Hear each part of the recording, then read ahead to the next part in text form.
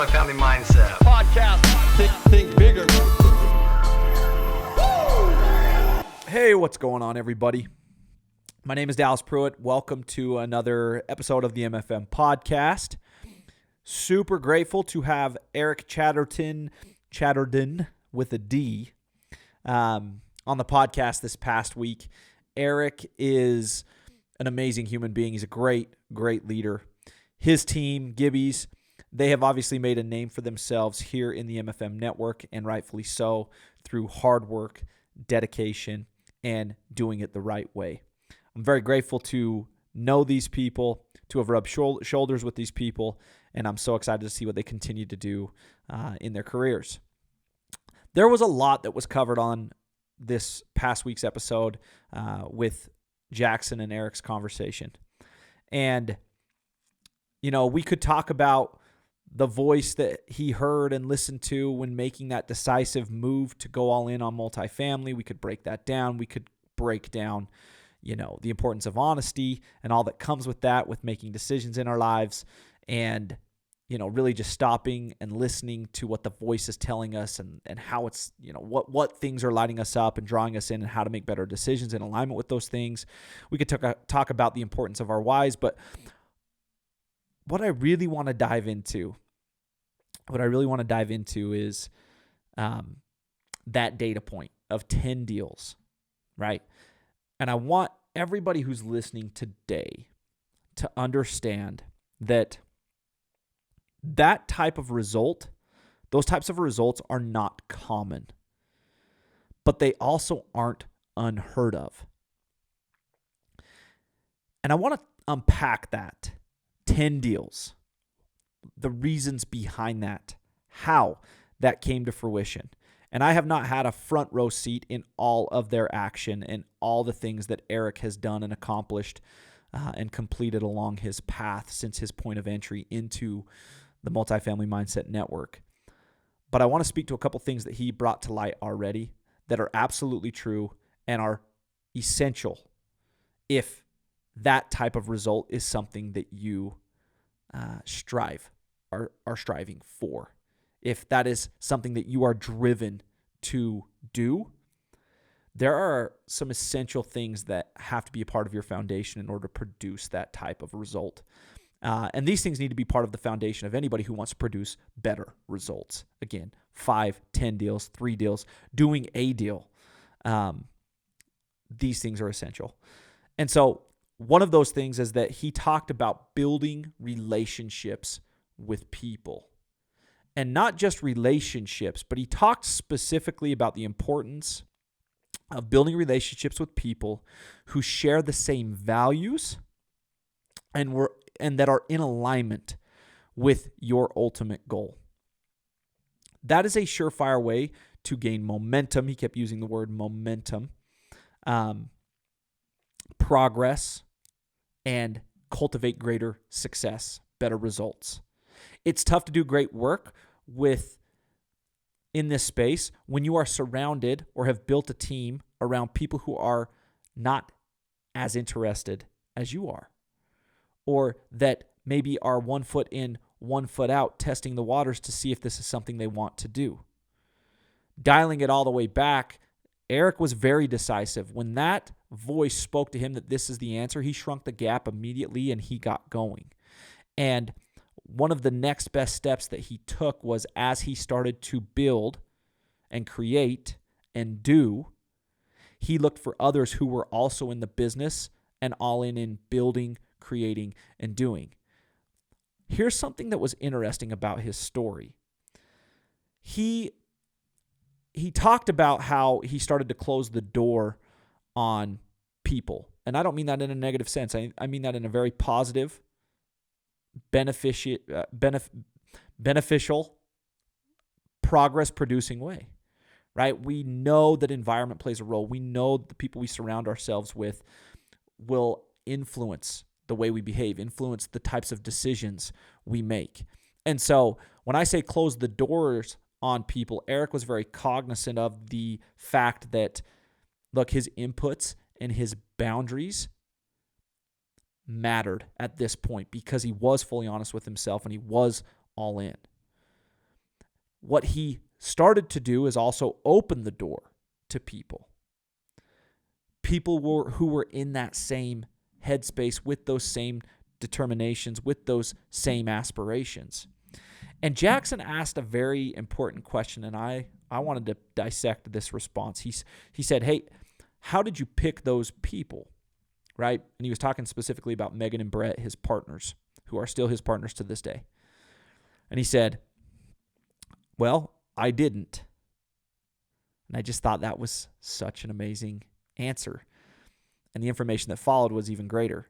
And I want to drive it home for everybody who's listening to the podcast today. Partnership, sometimes, again, it's a lesson I've learned too. Sometimes we care so much about what it is we're producing and the work we want to bring forth to the world, and there's so much to be done that oftentimes we get to a point of desperation. I've felt this in my own life.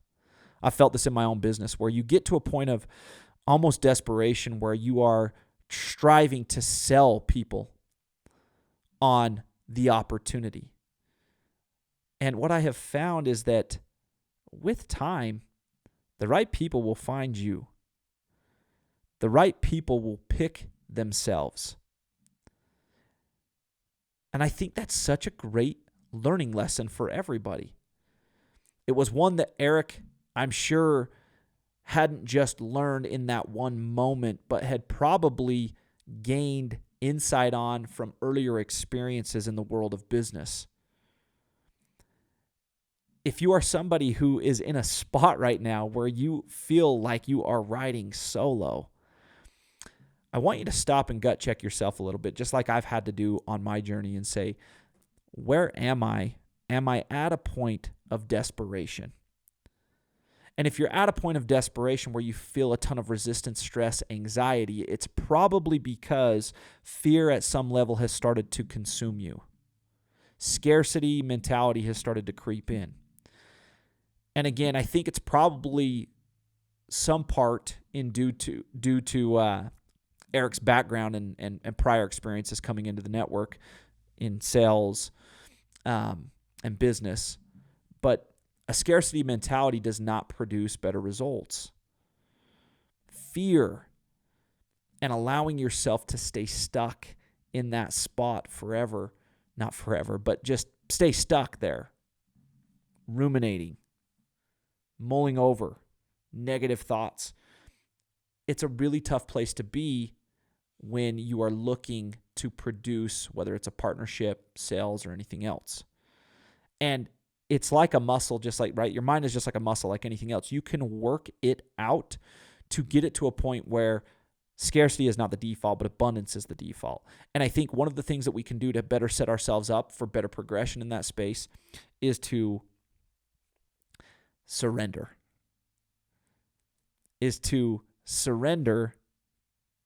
All of the parts that we can't control to a power outside of our own control. Don't try so hard. Stop trying so hard. Stay true to yourself. Stay true to the process and patiently persist.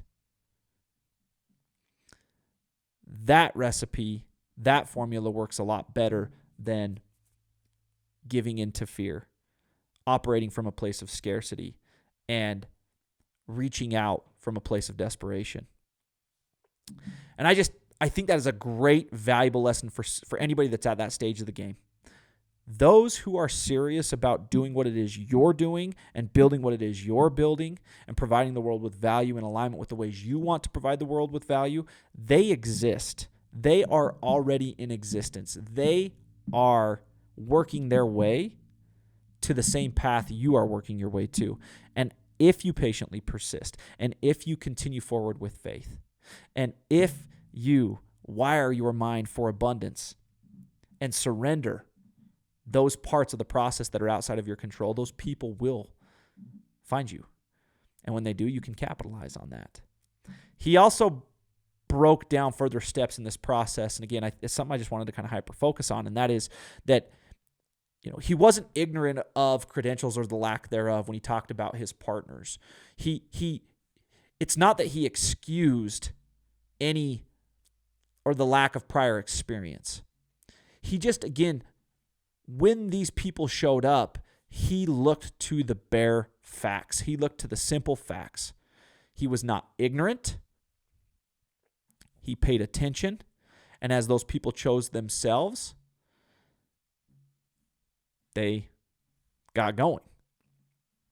I just loved that segment of his story. And again, I want to invite everybody who is in that mentality of growing their business, growing their idea, and knows at their core already and the hard facts that alone is not how you're going to win. Together is how you're going to win. Just know that there are others out there who are striving and looking for those exact same things. The law of attraction is a real thing, right?